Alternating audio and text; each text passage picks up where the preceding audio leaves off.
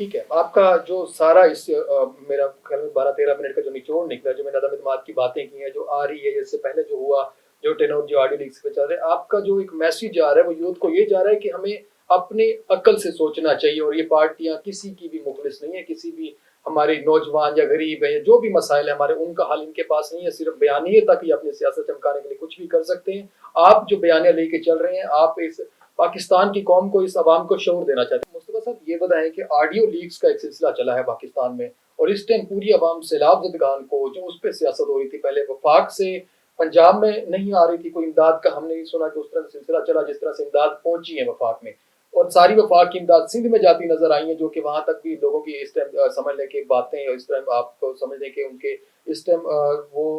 اظہار ناراضگی ان کی نظر آتی ہے۔ آپ نے بھی خود توسا میں جا کے عوام کی خدمت کی، آپ نے خود اس ٹائم آپ گئے وہاں پہ، جب اس ٹائم میرے خیال سے آپ واحد پرسن ہوں گے جو وہاں تک جا کے آپ نے راشن پہنچایا اس جگہ پہ، آپ نے وہ حالت بھی دیکھی، آپ نے لوگوں کی اس ٹائم فرسٹ جو ان کی حالت تھی، جو پہلے انہوں نے اپنے بچوں کو بہتے ہوئے اپنے آنکھوں سے انہوں نے دیکھا، ان کے پاس کھانے کو پیسے نہیں تھے،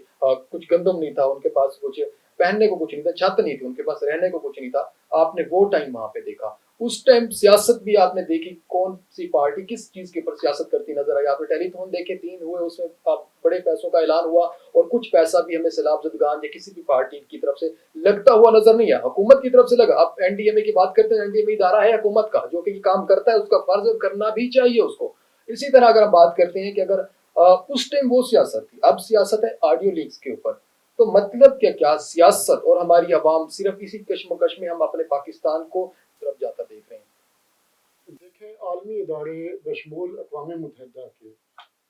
جب یہ بات تسلیم کر چکے ہیں کہ پاکستان کے اندر سیلاب کی جو صورتحال ہے، وہ تباہی جو جس طرح سے آئی ہے، اگر اس پہ خصوصی کوئی توجہ عالمی دنیا نے نہ دی تو خدا نخواستہ یہاں پہ کوئی جو ہے وہ ایک اس طرح کی صورتحال پیدا ہو سکتی ہے جو بہت ہی تشویشناک ہو سکتی ہے۔ جی بالکل،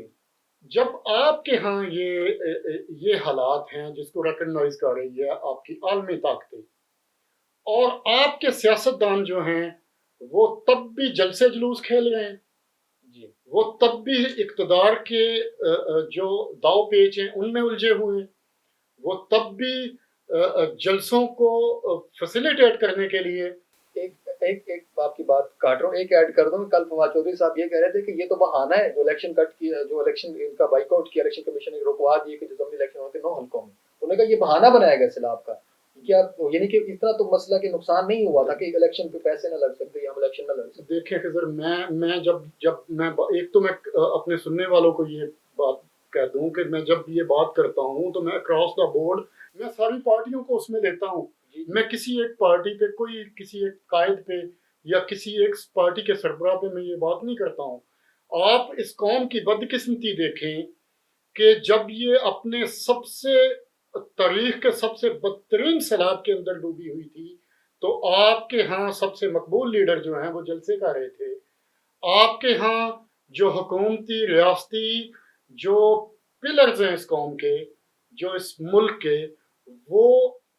اس کشمکش میں لگے ہوئے تھے کہ حکومت کس کی آنی ہے اور کس کی جانی ہے۔ تو اس سے زیادہ بدقسمتی اس قوم کی کیا ہو سکتی ہے؟ اور میں پھر اس قوم کے اوپر سوال اٹھاؤں گا کہ اس قوم نے پھر سوچنا کس دن ہے کہ ہمارے لیے کون کیا کر رہا ہے۔ میں آپ اچھی طرح سے جانتے ہیں، میں پہلا فیز جو تھا سیلاب کا، میں تب توسا شریف گیا ہوں، میں نے وہاں پہ کسی مقامی سیاستدان کو نہیں دیکھا، میں نے وہاں پہ کسی این جی او کو نہیں دیکھا، میں نے وہاں پہ کسی سیاستدان کو نہیں دیکھا، لیکن وہاں پھر میں یہی کہوں گا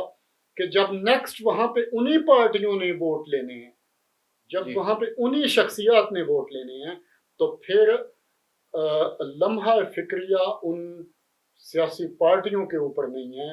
ان قائدین کے اوپر نہیں ہے، بلکہ ہمیں بحیثیت قوم اپنے گریبانوں میں جھانکنا ہے کہ ہم کس جگہ پہ کھڑے ہیں۔ کیا ہم نے اسی طرح مار کھانی ہے؟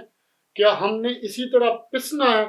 کیا ہم نے اسی طرح اپنے قسمت کے فیصلے جو ہیں وہ چند لوگوں کے ہاتھوں میں دینے ہیں؟ میں آپ کی ذرا اس بات سے نہ چاہتے ہوئے اختلاف کروں گا کہ ہماری عوام کو ہم اس طرح سے یعنی کہ عوام ووٹ دینے اس کو ضرورت ہے جب اس کو ہر پارٹی ہر لیڈران سب سے باغ دکھائیں گے،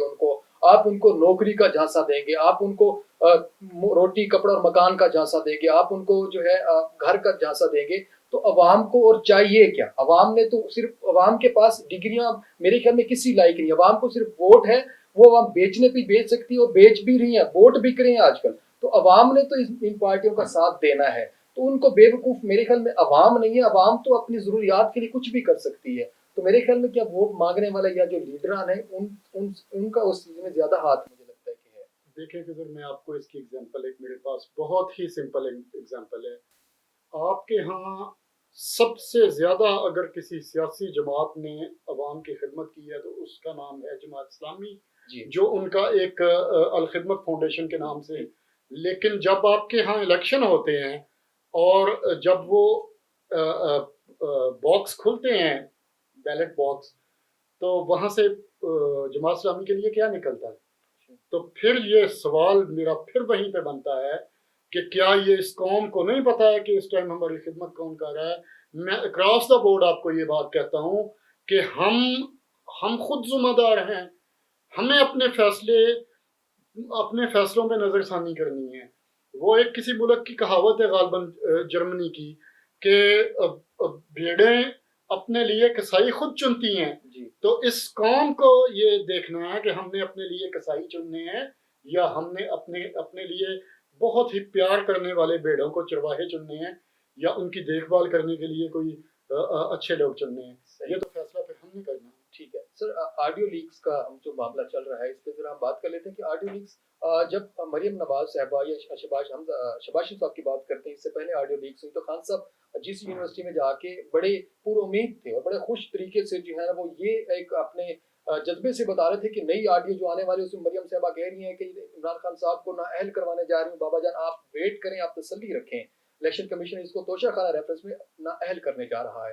تو اس ٹائم خان صاحب بڑے خوش نظر آ رہے تھے. جب ان کے خلاف جو ہے یہ آڈیو جو آنا شروع ہوئی ہیں آج، یعنی کہ جب کل پہنچی، تو اس میں خان صاحب یہ کہتے ہیں کہ یہ جو ہے نا ایک ان آفیشیل چیزیں ہیں، یہ لیگل ایکٹ کے خلاف ہے. تو یہ باتیں اور آپ مزید ویڈیوز کا بھی سلسلہ بھی آنا ہے جو سننے میں آ رہا ہے، جو ہیکرز ہیں وہ یہ دعویٰ کر رہے ہیں کہ ویڈیوز آڈیوز اور بھی ہیں جو وہ کریں گے جاری. تو مطلب کہ